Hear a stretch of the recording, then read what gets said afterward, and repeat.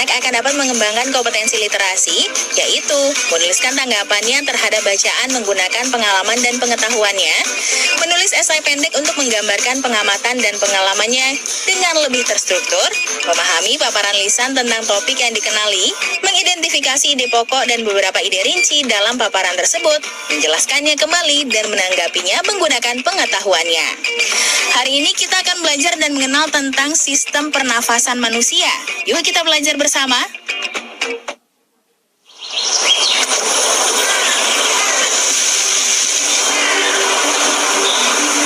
Manusia, hewan maupun tumbuhan, sebagai makhluk hidup, kita perlu oksigen untuk hidup. Waktu bernafas, kita mempunyai organ-organ yang bekerja sama dan membentuk sistem organ yang bekerja mengatur oksigen yang ada di lingkungan hidup sampai pada setiap sel yang kita butuhkan. Oksigen ini tidak tersedia di dalam tubuh makhluk hidup. Kita mendapatkan oksigen dari lingkungan sekitar kita. Bernafas artinya kegiatan menghirup atau memasukkan oksigen dari lingkungan hidup dan mengeluarkan karbon dioksida dan uap air melalui alat pernafasan kita.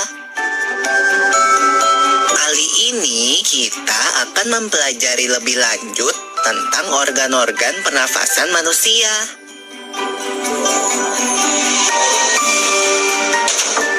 Lula, kamu tahu enggak kalau alat pernafasan kita terdiri atas hidung, pangkal tenggorok atau laring, batang tenggorok atau trakea, cabang batang tenggorok atau bronkus, dan paru-paru.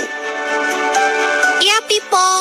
Melalui lubang hidung, udara mendapatkan jalan keluar dan masuk ke dalam tubuh kita. Tapi, selain itu, udara juga dapat keluar masuk melalui mulut loh. Namun, jika kita bernafas menggunakan hidung, akan lebih baik loh, Pipo. Karena terdapat lendir dan rambut-rambut halus. Rambut-rambut halus ini berfungsi untuk menyaring udara yang mengandung debu, kotoran, dan kuman penyakit. Benar sekali, Lula. Selaput lendir berfungsi untuk mengatur suhu udara yang akan masuk ke paru-paru dan mengatur kelembapan udara agar sesuai dengan kelembapan tubuh. Hidung juga jalur yang langsung terhubung dengan alat pernafasan berikutnya, yaitu tenggorokan. Tenggorokan merupakan alat pernafasan manusia yang kedua. Pada tenggorokan terdapat laring atau pangkal tenggorok dan batang tenggorok atau trakea. Pada bagian dalam dinding batang tenggorok terdapat selaput lendir dan rambut-rambut halus yang selalu bergetar yang berfungsi menghalangi benda-benda asing yang akan masuk ke paru-paru. Pernahkah kalian tersedak? Kamu pernah enggak, Lula? Pernah banget, Pipo. Itu kenapa ya, by the way?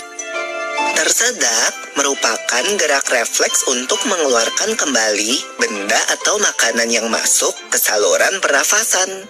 Oh, aku tahu. Gerak refleks adalah gerak cepat dan otomatis yang menanggapi rangsangan dari luar organ, kan? Iya, Lula. Kemudian, pangkal tenggorok yang disebut juga laring menghubungkan hidung dengan batang tenggorok atau yang biasa disebut trakea.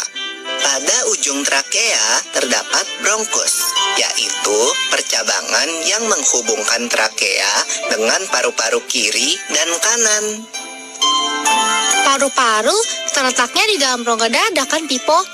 Jika kita menghirup udara, maka udara masuk ke paru-paru. Lalu, kemana lagi ya?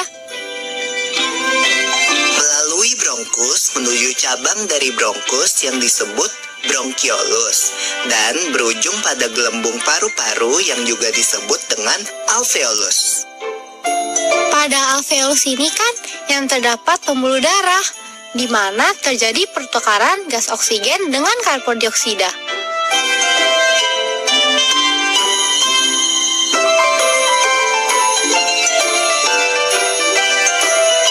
Well, Pipo, tahu gak kalau sistem pernafasan kita terdiri dari dua kan, yaitu sistem pernafasan dada yang umum kita lakukan dan juga sistem pernafasan perut. Jelasin dong Pipo, apa sih perbedaan detailnya? Pernafasan dada terjadi karena gerakan tulang rusuk oleh otot-otot antar rusuk. Pengambilan udara terjadi saat otot antar rusuk berkontraksi atau mengerut, sehingga tulang rusuk terangkat ke atas, menyebabkan rongga dada dan paru-paru membesar. Oh begitu, berarti pengeluaran udara terjadi saat otot antar rusuk berelaksasi atau mengendur. Saat itu, tulang rusuk turun ke posisi semula, menyebabkan rongga dada dan paru-paru mengecil kan? Ya, benar sekali. Lalu menurut kamu, bagaimana dengan pernapasan perut kita, Lula? Aku belum yakin banget sih, Pipo. Jelasin dong. Pernafasan perut terjadi karena gerakan otot diafragma, yaitu sekat yang membatasi antara rongga dada dan rongga perut. Pengambilan udara terjadi saat otot diafragma berkontraksi. Posisi diafragma mendatar menyebabkan rongga dada dan paru-paru membesar. Berarti pengeluaran udara terjadi saat otot diafragma berelaksasi. Posisi diafragma melengkung ke atas, lalu menyebabkan rongga dada dan paru-paru mengecil. You're right, Lula. Lalu, gimana kalau kita sesak nafas karena banyak asap? Nah, ini waktunya menjawab pertanyaan. Siap-siap mencatat ya. Pertanyaannya adalah, menurutmu apa yang menyebabkan seseorang cegukan dan bagaimana cara mengatasinya? Dicatat ya, menurutmu apa yang menyebabkan seseorang cegukan dan bagaimana cara mengatasinya? Jawablah pertanyaan tadi sebagai tugas dan kerjakan dengan bimbingan orang tua atau gurumu ya.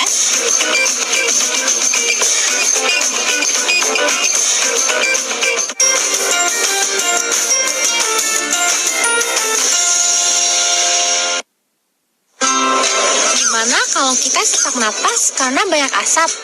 Atau pernah nggak sih hidung kamu mampet karena pilek? Oh iya tuh, sesak nafas dan pilek adalah contoh dari jenis penyakit yang dapat menyerang sistem pernafasan kita, yang disebut juga penyakit pernafasan.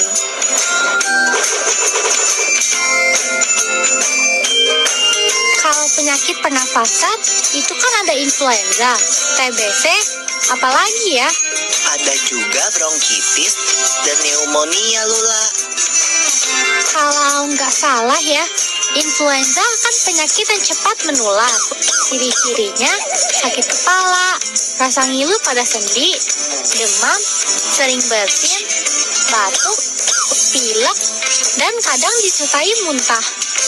Ya, jika kita terserang influenza, minum obat, banyak istirahat, dan periksa ke dokter. Kata ibuku, dapat dicegah juga dengan minum air hangat, beristirahat, dan minum vitamin C. Lalu, hati yang gembira juga bisa jadi obat yang mujarab loh. Wah, mantap! Tapi beda loh dengan flu burung. Flu burung disebabkan oleh virus yang hidup di saluran pencernaan unggas seperti ayam. Jika masuk ke tubuh manusia, bisa menyebabkan penyakit yang parah. Iya, virus ini menular ke kita kalau bersentuhan langsung dengan unggas yang terinfeksi. Atau kita menghirup udara yang berasal dari kotoran unggas yang mengering dan terbawa angin. Bronkitis merupakan peradangan pada bronkus yang bermula di dada atau mengikuti flu yang menyebar di dada. Awalnya timbul rasa sakit di dada disertai batuk dan kadang suhu tubuh tinggi. Pasti kalau perokok lebih mudah terkena bronkitis. Iya, Lula. Nah, kalau pneumonia adalah radang paru-paru akut yang menyerang tiba-tiba dan cepat menjadi parah. Penyakit ini terjadi setelah penderita terkena campak, influenza, dan bronkitis. Lalu, bagaimana dengan TBC? Kamu tahu nggak, Lula? TBC atau tuberkulosis itu penyakit menular kan? Jadi penderitanya harus dikarantina. kita nggak boleh dekat-dekat, apalagi anak kecil. Bernafas adalah kebutuhan utama setiap makhluk hidup. Jadi, kita harus menjaga kesehatan alat pernafasan kita. Ya, seperti mengurangi pencemaran udara di lingkungan sekitar, tidak merokok dan tidak sering berada di lingkungan perokok. Jangan lupa pakai sapu tangan atau tisu untuk menutupi hidung dan mulut saat bersin atau batuk. Lalu, tingkatkan daya tahan tubuh kita dengan makan makanan bergizi, istirahat, dan berolahraga teratur. Oh, aku rasa aku mengerti sekarang. Nah, kini waktunya menjawab pertanyaan.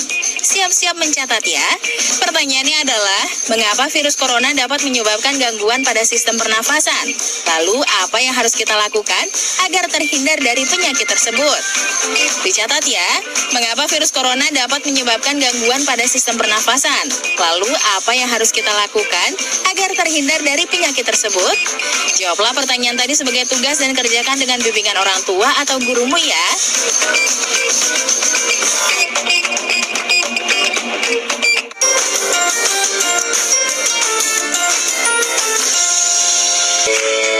Media pembelajaran sistem pernapasan hewan. Sistem pernapasan hewan yang akan kita pelajari adalah amfibi, ikan, burung, serangga, cacing tanah, dan reptil. Sistem pernapasan amfibi. Hewan amfibi adalah hewan yang dapat hidup di darat dan di air. Salah satu contoh hewan amfibi adalah katak. Alat pernapasan katak berupa insang, paru-paru, dan kulit. Katak merupakan hewan yang mengalami metamorfosis sempurna. Ketika masih berudu, bernapas menggunakan insang. Setelah menjadi katak muda, insang mulai menyusut dan paru-paru mulai berfungsi. Sehingga katak mulai bernapas menggunakan paru-paru dan permukaan kulit. Kulit katak yang selalu basah memudahkan untuk menyerap oksigen dari udara. Sistem pernapasan ikan. Ikan bernapas menggunakan insang. Proses pernapasan ikan terjadi dengan cara membuka dan menutupnya mulut, bergantian dengan membuka dan menutupnya insang. Proses pernapasan ikan terdiri dari dua tahapan, yaitu tahap inspirasi dan tahap ekspirasi. Pada tahap inspirasi, mulut ikan membuka dan tutup insang menutup, sehingga air masuk ke dalam rongga mulut. Pada tahap ekspirasi, mulut menutup dan tutup insang terbuka, sehingga air mengalir keluar dan terjadi pertukaran gas. Sistem pernapasan burung. Burung bernapas menggunakan paru-paru dan kantong udara atau pundi-pundi udara. Pada saat tidak terbang, burung hanya bernapas menggunakan paru-paru. Saat tidak terbang, burung juga menghirup udara sebanyak-banyaknya untuk disimpan di kantong udara.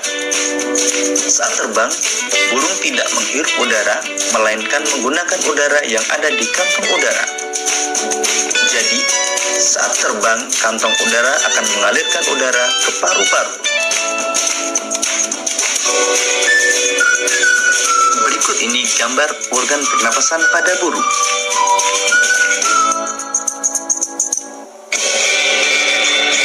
Sistem pernapasan serangga. Serangga bernapas menggunakan trakea. Trakea memiliki struktur bercabang-cabang yang menembus struktur jaringan tubuh yang biasa biasa disebut trakeol. Trakea akan berakhir pada lubang kecil yang disebut spirakel. Spirakel merupakan tempat keluar masuknya udara pada serangga.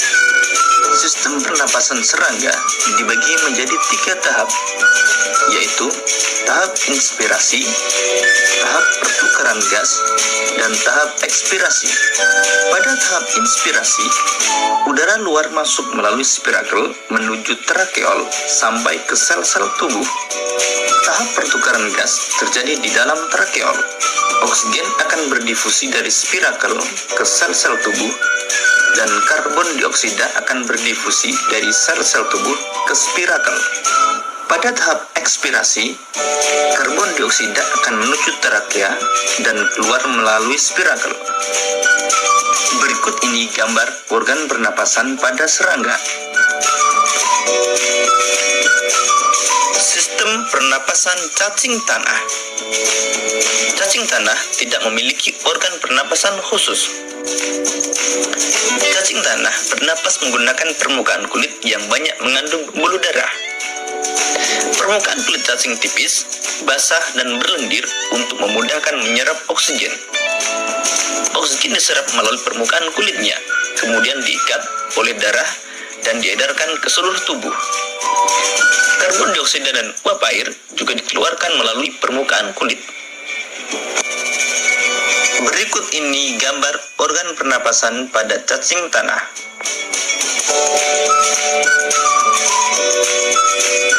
Sistem pernapasan reptil. Hewan reptil seperti ular, kadal, cicak, dan buaya bernapas menggunakan paru-paru. Pada reptilia, umumnya udara luar masuk melalui lubang hidung, lalu menuju trakea, menuju bronkus, dan akhirnya ke paru-paru. Paru-paru reptilia berukuran relatif besar dan berjumlah sepasang. Berikut ini gambar organ pernapasan pada reptilia.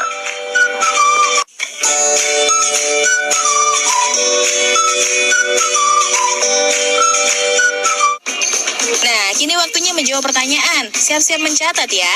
Pertanyaannya adalah, mengapa pada saat terbang, burung tidak menggunakan paru-paru untuk bernafas, melainkan dengan kantong udara?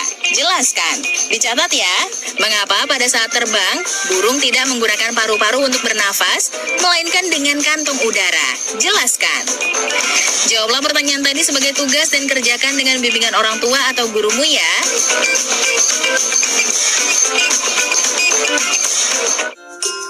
Cara pembuatan media pembelajaran sistem pernapasan manusia dan paru-paru buatan. Bahan-bahan yang perlu kita butuhkan adalah yang pertama, sebuah cutter, yang kedua gunting, yang ketiga paku, keempat lilin, kelima korek api, keenam 3 buah sedotan, ketujuh botol plastik, kedelapan karet gelang, kesembilan 3 buah balon, dan yang terakhir lakban.